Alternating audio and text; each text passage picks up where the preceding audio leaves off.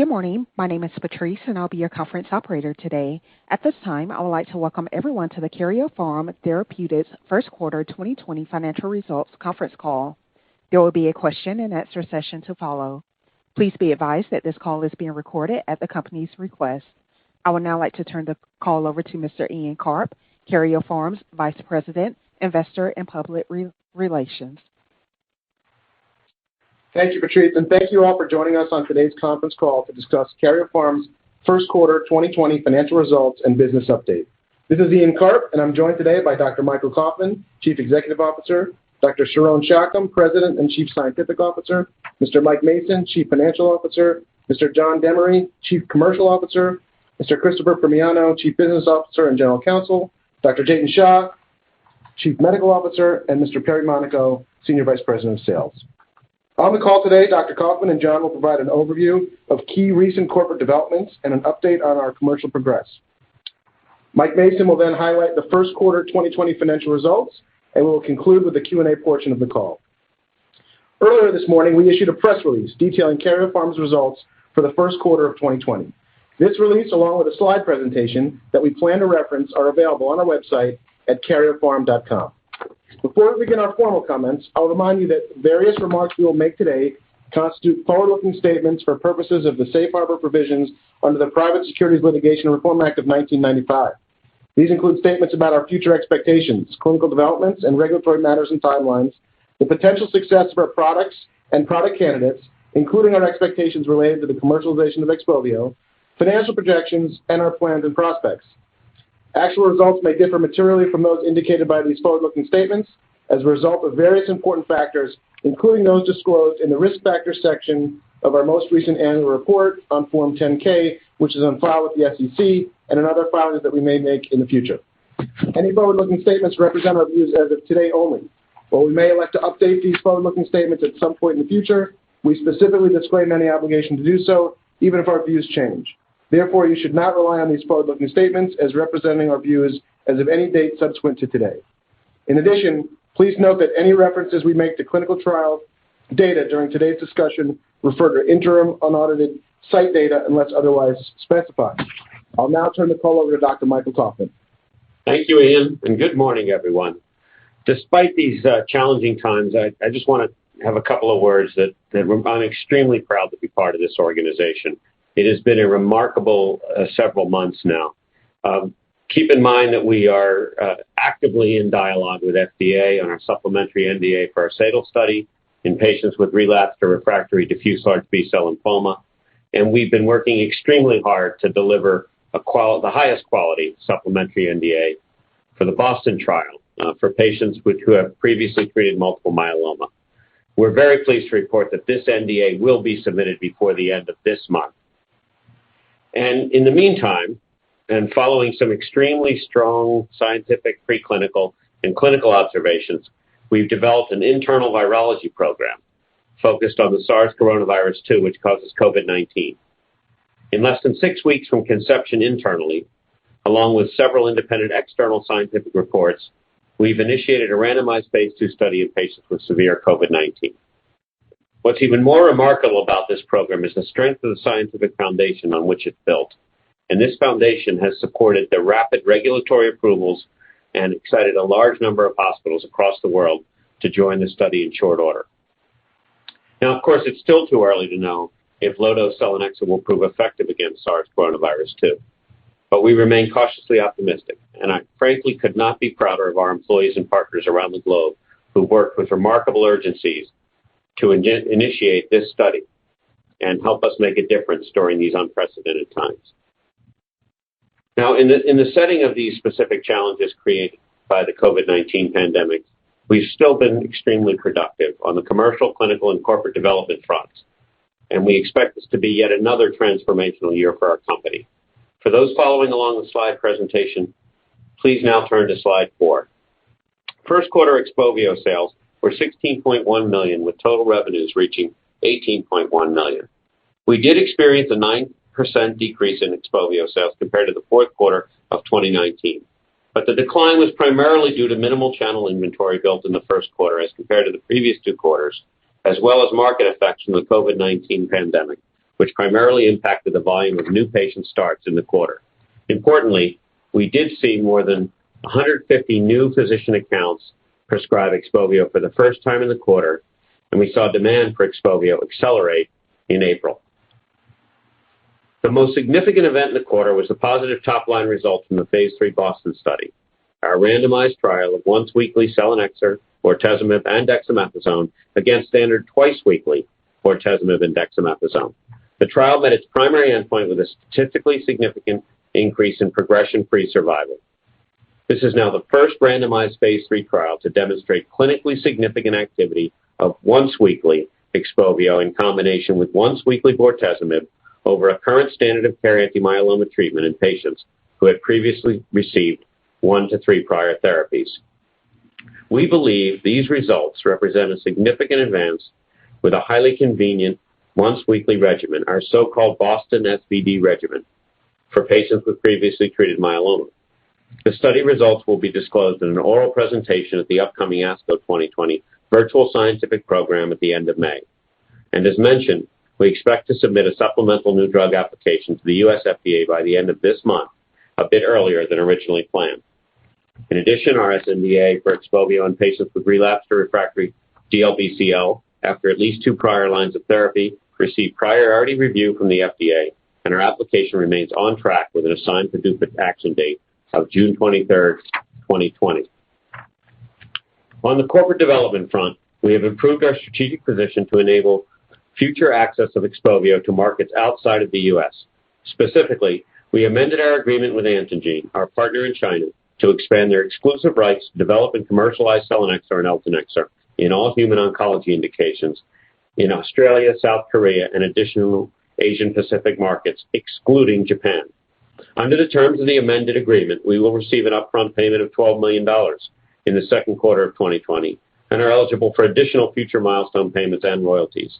Certain countries included in the expanded Antengene territory became available at no cost to Karyopharm, following our reacquisition of the exclusive development and commercial rights from Ono Pharmaceuticals last month. Importantly, in addition to the U.S. and Europe, we now retain the full rights to selinexor and eltanexor in Japan, following our reacquisition of these rights from Ono, again at no cost to Karyopharm. Please now turn to slide 5, where I will ask John Demery, our newly appointed Chief Commercial Officer, to provide some additional details on XPOVIO sales performance during the quarter. John? Thank you, Michael. And let me first begin by saying how excited I am to be leading the Karyopharm commercial organization on behalf of the patients who may benefit from our medicines now and in the future, and the healthcare providers who care for them. These are truly exciting times for Karyopharm, and I'm thrilled to have joined the team. The launch to date for XPOVIO has been strong. As of March 31st, more than 2,200 XPOVIO prescriptions have been filled in the U.S. since launch, which highlights the unmet medical need that XPOVIO is addressing. When looking at the sales for the first quarter, there are 3 important components to consider: inventory, new patient starts, and how existing patients are doing in terms of refills and duration of therapy. First, as Michael mentioned, the inventory build was negligible in Q1 as compared to Q4.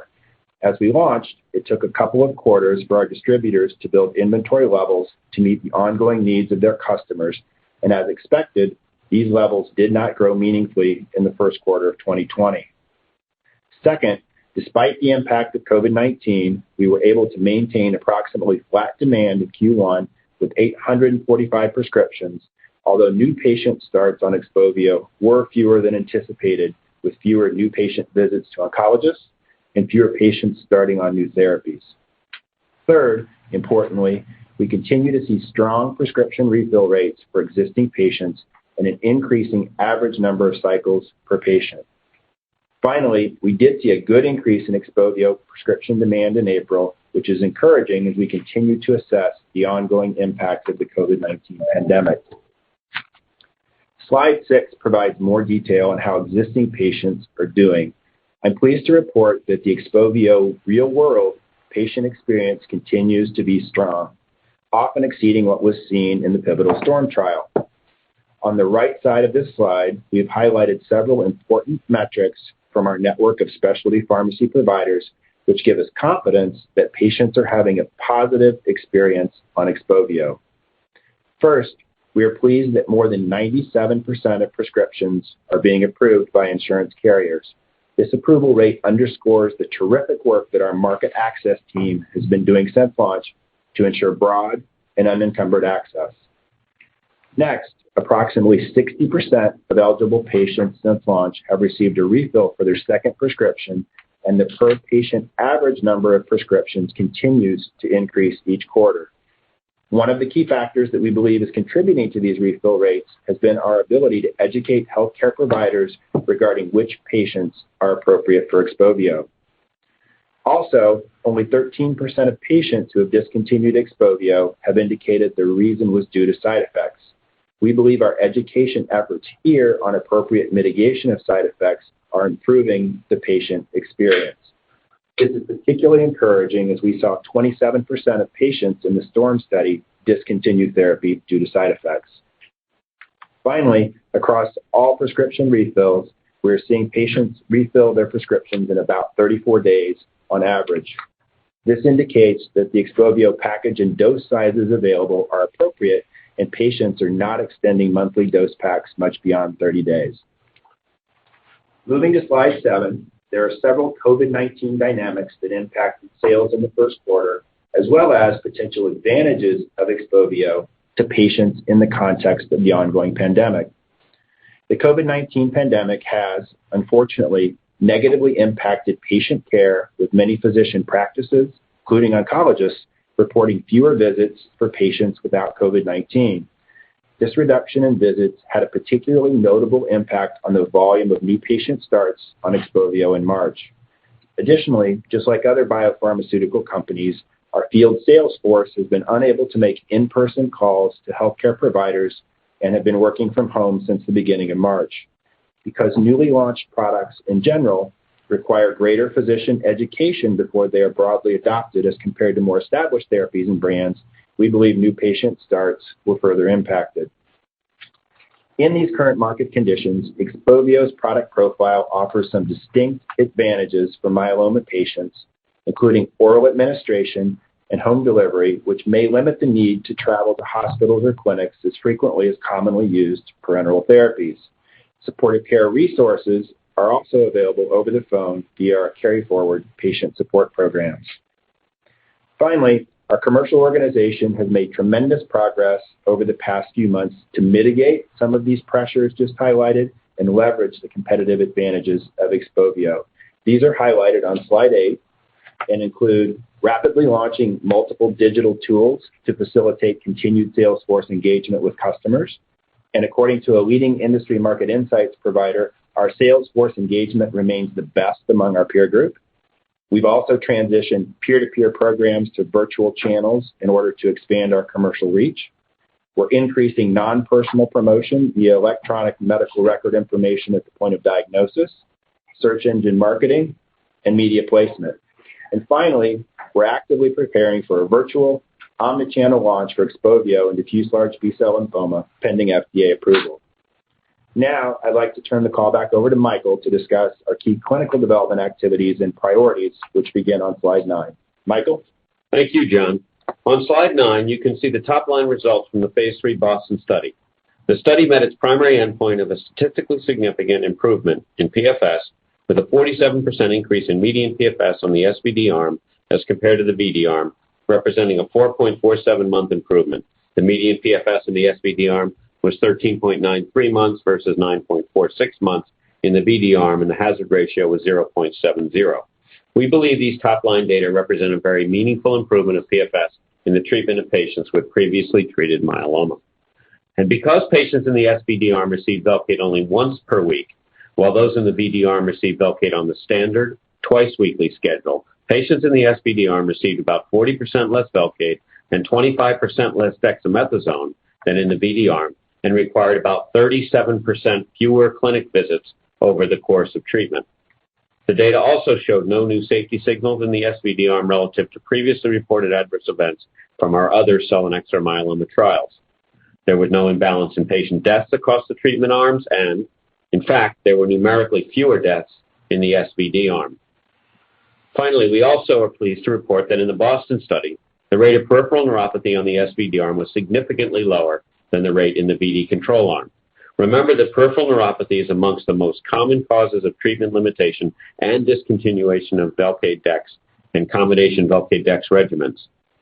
We have seen particularly high rates of peripheral neuropathy in other phase 3 trials, as noted on slide 10. And these that studied VD as a control arm, and often triplet VD regimens have even higher peripheral neuropathy rates than the standard backbone VD. Turning now to slide 11, we believe the commercial opportunity for XPOVIO in the second and third line settings, subject of course to future regulatory approvals, represent a significant opportunity for Karyopharm, and more importantly, would meaningfully advance the treatment options available to patients battling myeloma. Specifically, there are approximately 32,000 patients treated in the second and third lines, which is dramatically larger than the number of patients in the fourth and later lines where XPOVIO is currently being prescribed based on its current FDA-approved indication. In addition, we know that the average time patients with myeloma remain on any drug therapy, including XPOVIO, is much longer in earlier lines as compared to later lines of therapy. I'd now like to spend a few minutes to discuss our new selinexor clinical program in patients with severe COVID-19, which begins on slide 12. In addition to its roles in cancer, XPO1 may also be an important target in treating viral infections by facilitating the transport of several important viral proteins from the nucleus of the host cell to the cytoplasm. And selinexor recently demonstrated potent anti-SARS coronavirus 2 activity in cell cultures with 100 nanomolar selinexor inhibiting viral replication by 90%. This is particularly exciting given that for patients taking the low 20 milligram dose of selinexor, serum levels of the drug are expected to be over 300 nanomolar, so that marked viral replication inhibition may be possible. In addition to its potential direct antiviral effects, selinexor and other SINE compounds have demonstrated potent anti-inflammatory activity through the inhibition of nuclear factor kappa B. This is particularly relevant given that one of the most important aspects of COVID-19 is the marked pulmonary inflammation with high levels of cytokines such as IL-6, IL-1, interferon gamma, and others. Selinexor and other SINEs have shown reductions in all of these cytokines in a variety of models, and this may be particularly beneficial to hospitalized patients with severe COVID-19. Based on the strong scientific rationale and our highly motivated team, we were able to initiate and begin dosing patients in a global, randomized, multi-center, placebo-controlled study in April. The primary endpoint of the study is time to clinical improvement based on an improvement on the ordinal scale, consistent with COVID-19 trial recommendations. Additional secondary endpoints in the study include the overall death rate at day 28, as well as the rate of and time to mechanical ventilation. I am so very proud of our team for advancing these programs so quickly, and we look forward to providing an update as quickly as possible. Finally, before I hand the call over to Mike Mason to highlight our financial results, I'd like to say a few words about our growing clinical development pipeline, which can be seen on slides 14 and 15. For our other ongoing clinical trials, we do expect some delays in patient enrollment due to clinical site closures and disruptions caused by the pandemic. We will continue to update the investment community as we learn more about potential COVID-19 impact timelines and remain committed to advancing our programs as expeditiously as possible. And with that, I'll now turn the call over to Mike Mason to review the financials. Mike? Thank you, Michael. Since we issued a press release earlier today with the full financial results, I will just focus on the highlights, which begin on slide 17.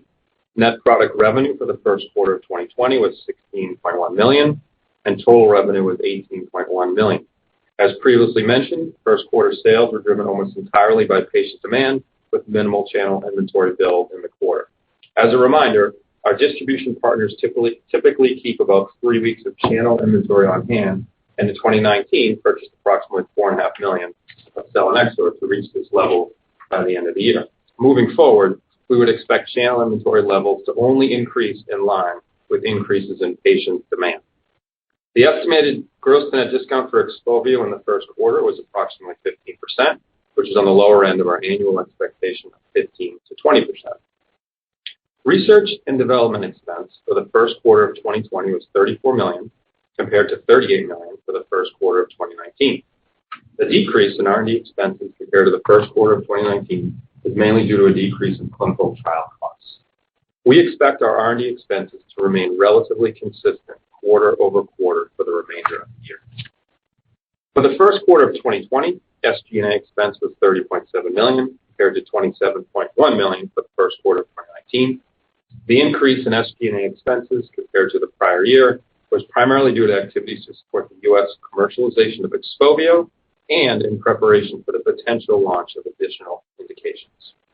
Cash equivalents, restricted cash, and investments as of March 31st, 2020 totaled $385.2 million compared to $265.8 million as of December 31st, 2019. Looking ahead, we expect XPOVIO net product sales to be slightly higher in the second quarter of 2020 as compared to the first quarter of 2020.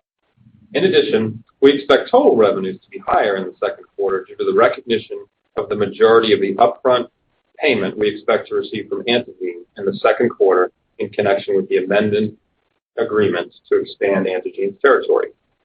We are not issuing full year 2020 XPOVIO revenue guidance at the current time as we continue to monitor the ongoing commercial impact from the COVID-19 pandemic, as well as the timing of key expected regulatory actions in 2020.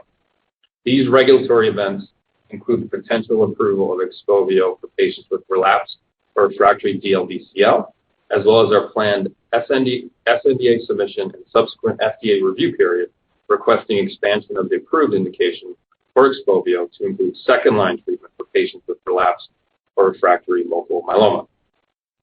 Finally, based on our current operating plans, including the reduction of some R&D costs as a result of trial delays due to the ongoing COVID-19 pandemic and overall expense management, we expect our non-GAAP R&D and SG&A expenses, which exclude stock-based compensation expense, for the full year 2020 to be at the lower end of the previously projected range of $240 to $260 million.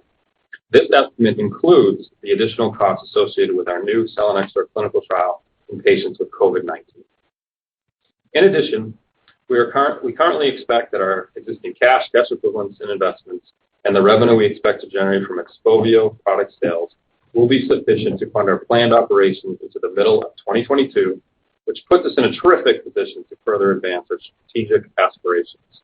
I'll now turn the call back over to Michael for some concluding remarks. Michael? Thank you, Mike.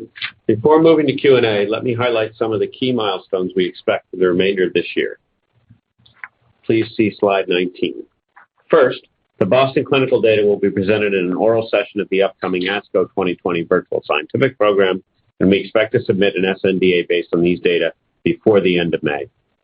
Next, we anticipate a regulatory decision in June regarding our XPOVIO SNDA for patients with DLBCL after at least 2 lines of prior therapy, and then the subsequent commercial launch if approved. We also expect to share the initial results from our phase 2 study of low-dose selinexor in patients with severe COVID-19, as well as the top-line phase 3 data from the SEAL study in liposarcoma. And finally, should the FDA approve our anticipated SNDA based on the Boston data before the end of the year, we expect the U.S. commercial launch in second-line myeloma either by the end of 2020 or early 2021, depending on the FDA's review timelines. As you can clearly see, we have a robust list of expected milestones across our commercial and clinical stage portfolios, and we look forward to providing updates throughout the remainder of the year. We appreciate your ongoing support and look forward to keeping you updated on our 2020 progress. I'll now turn the call over to the operator for questions. Operator? As a reminder, to ask a question, you will need to press star 1 on your telephone. To withdraw your question, press the pound or hash key. Please stand by while we compile the Q&A roster. Your first question comes from Maury Raycroft, Jefferies.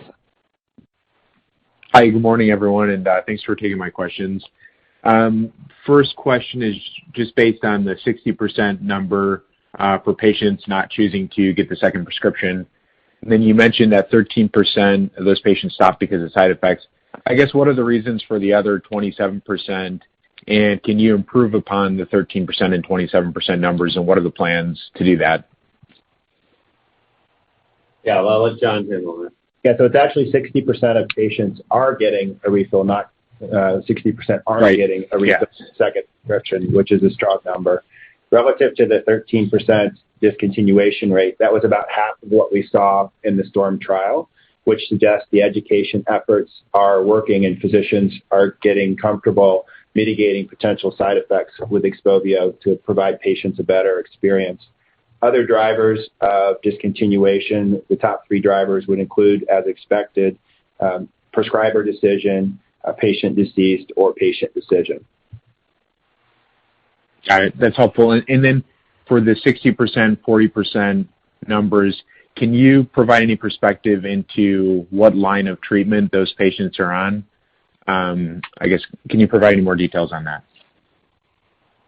So most of the patients that we're seeing today are in the indicated patient population, so in the pentarefractory setting. So these are heavily pretreated, relapsed, refractory patients in multiple myeloma. Got it. Okay. And then last question, just on the increase in demand in April that you're seeing. I'm just wondering what the driver is for that. I guess, is that coming from states that are reopening because of COVID, or is there something else fundamental that's driving that? I'll let John handle that. So I think there could be a combination of factors there. We saw an initial drop-off in March as the market started to react to the dynamics around COVID-19. The market started to adjust to that, and we did see a rebound in demand, with demand being higher for patient prescriptions in April than in March. And I'll ask Perry, do you have anything to add to that? No, I think you covered it, John, other than I would say that in terms of, our refill rates have been strong, and I think a lot of that increased volume that we saw in April was due to those strong refills after accounts got kind of used to the COVID environment and the increase in telemedicine. Yeah, just add that I think there's more and more of the cancer societies are recommending oral treatments for patients so they can minimize their time at the clinic. Selinexor is really a unique drug in that regard, with potent activity in the late line setting, and obviously oral action and many of the monitoring activities can be done easily at a typical laboratory. There's nothing very special about complete blood counts and so on. Got it. Thanks for taking my questions, and I'll hop back in the queue. Your next question comes from Brian Abrahams, RBC Capital Markets. Hey guys, thanks very much for taking my questions. I wanted to drill down a little bit more to better understand the dynamics for XPOVIO here. So, in March, obviously there was the potential for COVID-19 impact to a launching drug, but you also do have the benefits of oral administration, which can be an advantage in this environment. And you presented compelling results from the randomized Boston study. So I'm curious your understanding as to why those latter tailwinds didn't necessarily offset the COVID-19 headwinds. And should we be sort of thinking about this as the initial bolus that you saw maybe in the fourth quarter and earlier represented just pent-up demand from very late-line patients, who would be on XPOVIO for very short durations, and now you could start to convert to sort of a more normalized rolling type of volume curve? And then I had a couple of follow-ups. Let me take it, and then I'll send it over to John. Look, headlines come out all around, and reaction times are not immediate, of course. So what happened, we think, is that even in the early stages of COVID spreading, February and March for sure, people just kind of put the brakes on. And as mentioned, drugs that are not well ingrained and are new to people tend to go on the back burner for a little bit.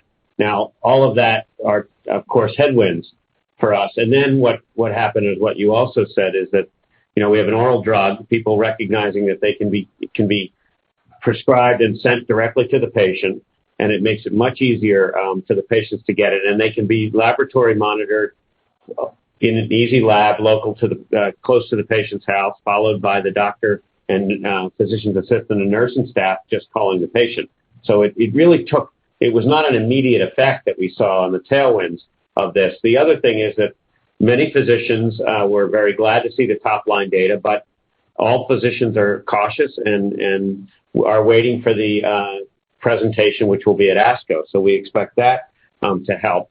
And I think people have started to get used to the new norm now. and we're starting to see pickup in April with the tailwinds starting to overcome the headwinds. But for sure, when the headwinds hit, these are going to affect newer drugs more than older drugs. John? To build on what Michael said, the headwinds from the data we saw in the marketplace were immediate. The patient drop-off in terms of visits to the oncologist and new patients starting therapy was almost immediate with the impact of COVID-19, where the tailwinds are a more gradual switch to moving to oral therapies, and we expect to initiate marketing programs to continue to build on that over time. In regards to your question about the bolus, with over 9 months of prescription data now, we do believe that we saw a slight bolus of patients in the early months for our launch, driven by the high unmet need for patients with pentarefractory disease. We believe the bolus was relatively small because, unfortunately, patients with pentarefractory disease have a short life expectancy.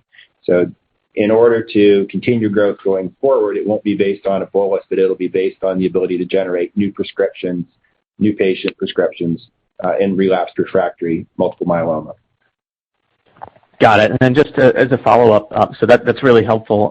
Can you give us any more specific sense on how demand in April had compared to pre-COVID months, and then what we should be thinking about as we look towards the Boston presentation in terms of both key updates there and impact you might see on overall prescribing habits? Thanks. Yeah.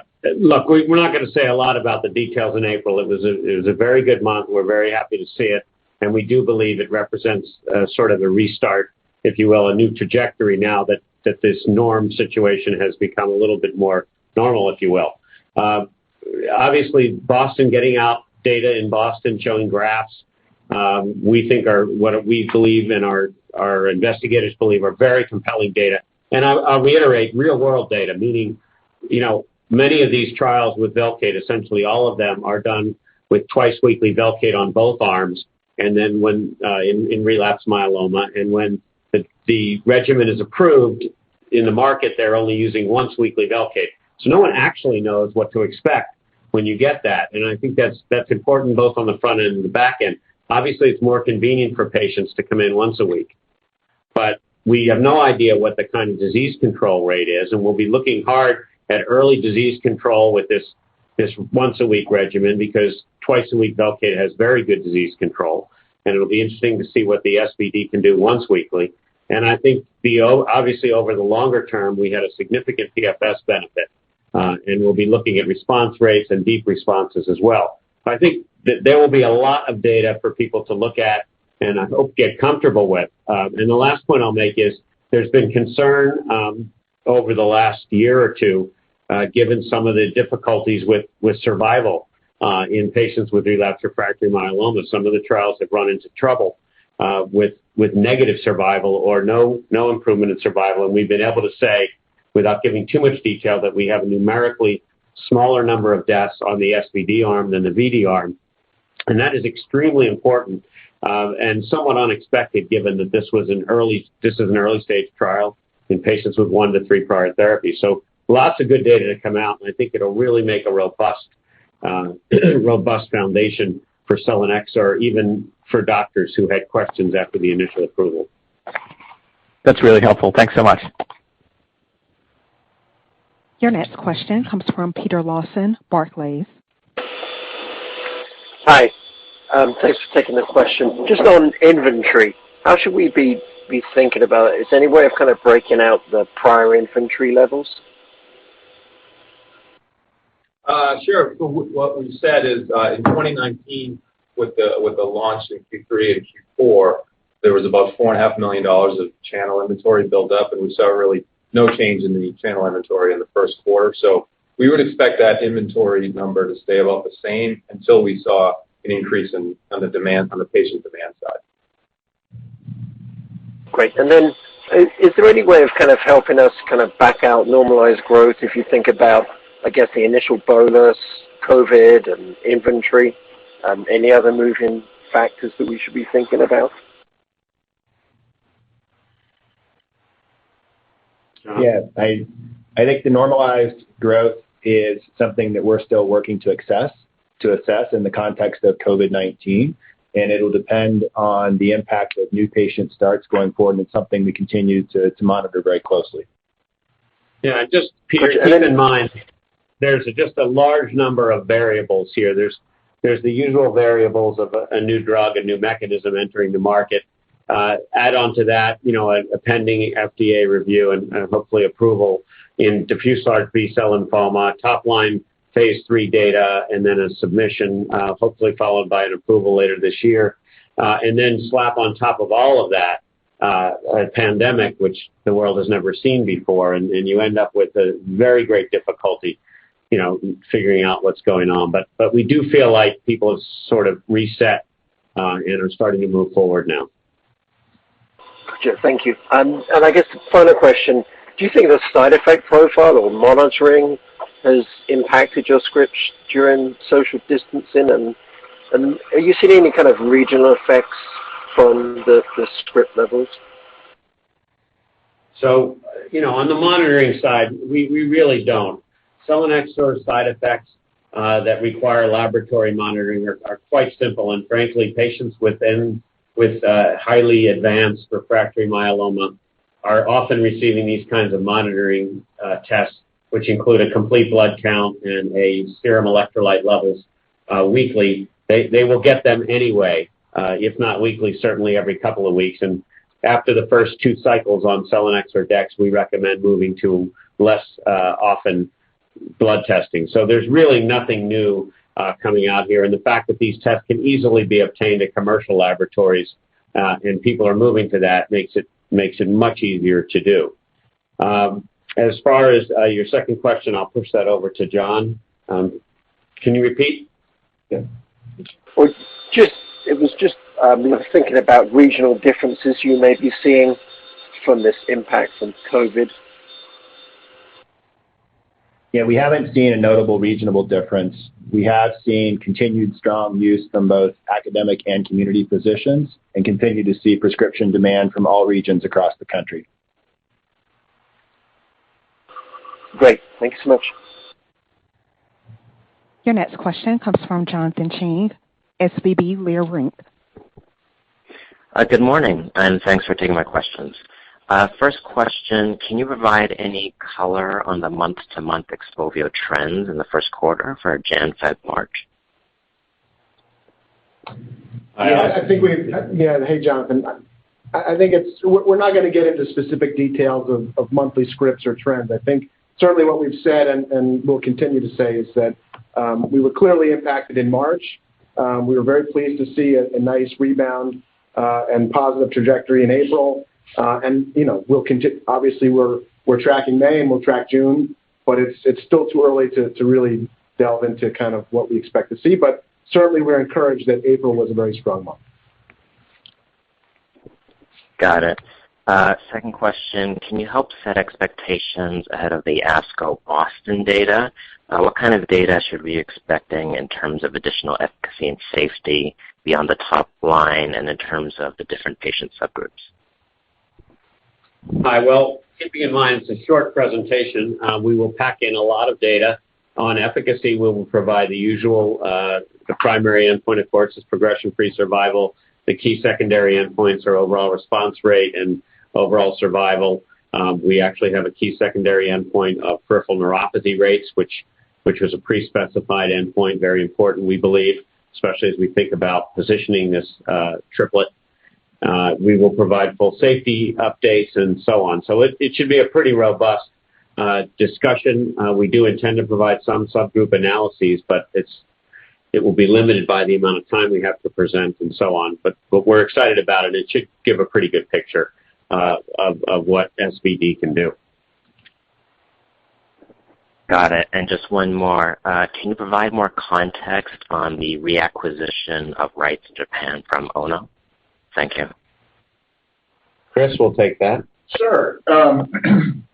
Yeah, hey, Jonathan. Happy to answer that. So, I think with Ono, given their internal strategic priorities regarding the pipeline programs they wanted to invest in, they opted to return their commercial rights to Selinexor and Eltanexor to Karyopharm to allow us to advance the program in Japan and other Asian territories. I think what was largely fueling this is, in the U.S. And in Europe, there are accelerated or conditional approval programs, and they don't have the same similar programs to take advantage of in Japan. So you really need large registrational trials in order to start moving into the commercial marketplace. So in light of their other opportunities in their portfolio, they thought it made sense to give these rights back to us so we can maximize the program's potential. Got it. Thank you. Your next question comes from Mike Ulz, Baird. Hey guys, thanks for taking the question. Maybe if you could just give us an update on the regulatory timelines in Europe for XPOVIO and in penta-refractory patients. It seems like there might be some modest delays there. And then also if you can just comment on your current thinking in terms of filing the Boston data for Europe as well. Thanks. Yeah, sure. So part of the discussions and requests from the Europeans was to remonitor certain data at sites across the world. And unfortunately, the EMA is well aware that there are some sites that are simply not accessible at the time. So we have a further extension of that by several months in order to allow us to enter those sites and do the requested remonitoring of data. We remain very confident that the data are strong and robust and don't anticipate any changes, but we need to go through the process again. So that'll be several months. And we'll be coordinating with the EMA to file the Boston data in a way that works with the regulatory timelines and regulatory requirements in Europe. Got it. Thank you. Your next question comes from Arlinda Lee, Canaccord. Hi guys, thanks for taking my questions. Sorry if I missed this, but I was wondering on a couple of things. On the inventory side, what kind of expectations do you have going forward on the levels of inventories now versus what you're planning to keep on hand going forward? So, and then on the demand, and then curious on the demand side, the proportion of new prescribers that were maybe towards the end of last year that you hadn't really worked with you guys before. How is that looking in terms of dosing additional patients beyond the first one? So I'll take the first one. So on channel inventory in 2019, we built up about $4.5 million in inventory. And the way it works, our distributors keep approximately around 3 weeks of channel inventory, which is essentially what they had since demand was basically flat from Q4 to Q1. Channel inventory really didn't move in the first quarter. So we wouldn't expect channel inventory increases until we saw demand increases. And in terms of new prescribers in Q1, we did add more than 150 new accounts prescribing XPOVIO. So we're excited about continuing to grow the breadth of physicians that are prescribing XPOVIO for the appropriate patients. And then I guess curious, just following up on the new accounts in 4Q, how many of those dosed additional patients in 1Q? Thanks. So I don't think that's data we have sort of at our fingertips. I would say, and maybe Perry can give some additional commentary. I think we're clearly seeing new physicians and new accounts prescribing XPOVIO for the first time, and we're seeing physicians that have prescribed to 1 or 2 patients increase their number of prescriptions, and that will continue to be kind of the recipe for growth, which is we want to get physicians that have not yet tried XPOVIO to try it, and you want to get the physicians who have only put 1 or 2 patients on to find more additional patients that are appropriate to add to that. And then, of course, we have some accounts that are really quite comfortable with this drug and really see the value of it and have dozens and dozens of patients on therapy. So it kind of runs the gamut, but to sort of break it down in terms of how many prescriptions came from each group in each quarter, that's not something that we're going to detail at this time. Okay, thanks. Your next question comes from Ed White, H.C. Wainwright. Morning. Thanks for taking my questions. So maybe just a follow-up on Europe. do you still expect to have the DLBCL submission coincide with the submission from the Boston data? And, while delayed, could this be still be a 2020 event? Hi, I'll send this to Ian. Well, no. So the question, I think, is, correct me if I'm right, is how are we thinking about the submissions in Europe for the Boston data and DLBCL data based on what's going on with EMA and the data? Is that the question? Yep, that's correct.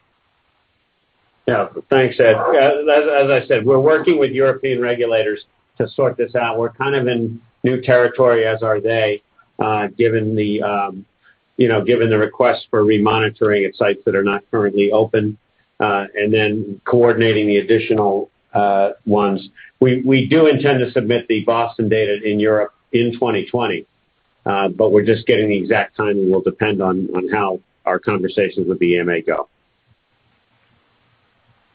Okay, thanks, Michael. Maybe you could just talk about your strategy, if what your plans are to go it alone or to have partner there, and the timing of that. Is that also sometime in 2020 after approval, or how does that work, or after submission, or how does that work? I'll send that over to Chris Primiano. Sure. Hey, Ed, it's Chris. First of all, I think just to follow on my answer to the other question, we're excited in terms of the potential opportunities that Japan rights holds for us. And, as we've said many times, we look for philosophical alignment, with a partner, minimizing the number of partners, maximizing value to Karyopharm and access for patients. And so when we think about Europe, as we've said, we continue to assess the different options for potential commercialization. And as I mentioned, now that we've regained the development and commercial rights in Japan, the potential options have certainly increased, and one of those could be a partnership. And so, as we, kind of look forward to what this might look like, we would want somebody, as I said, who aligns philosophically with us in terms of long-term development and commercialization plans for selinexor and has expertise in marketing hematological malignancy drugs in the EU. We haven't closed the door to launching this on our own, but we are looking carefully at partnership opportunities, especially as the options have expanded with the return of Japanese rights. And we believe the value of selinexor will build over time as we progress through MAA. As you mentioned, it's delayed by a couple of months. The important thing to remember is that in terms of the commercial opportunity, the most significant opportunity in Europe will come following approval from Boston. So, while we plan to continue to have these conversations with partners over the near term, we're also focused on the bigger picture, which is maximizing commercial value and understanding where that comes from. So we should have more to report soon as we keep all of that in mind. Okay, great. Thanks. And just wanted to ask a question on, COVID delay, and you had mentioned about the impact on your studies. Have the export studies in DLBCL and in colorectal cancer, non-small lung cell cancer, and glioblastoma, maybe if you could just give an update there, as if they're able to get off the ground, and since these are newer studies, do you expect enrollment there to suffer more than your other studies that are currently ongoing? Thanks.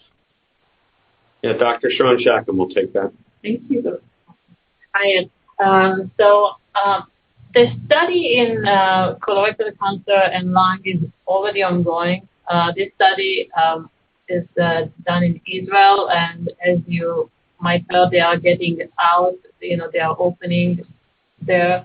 So while we continue to enroll in that study throughout the pandemic, and I hope enrollment will even pick up faster now that things are opening up there.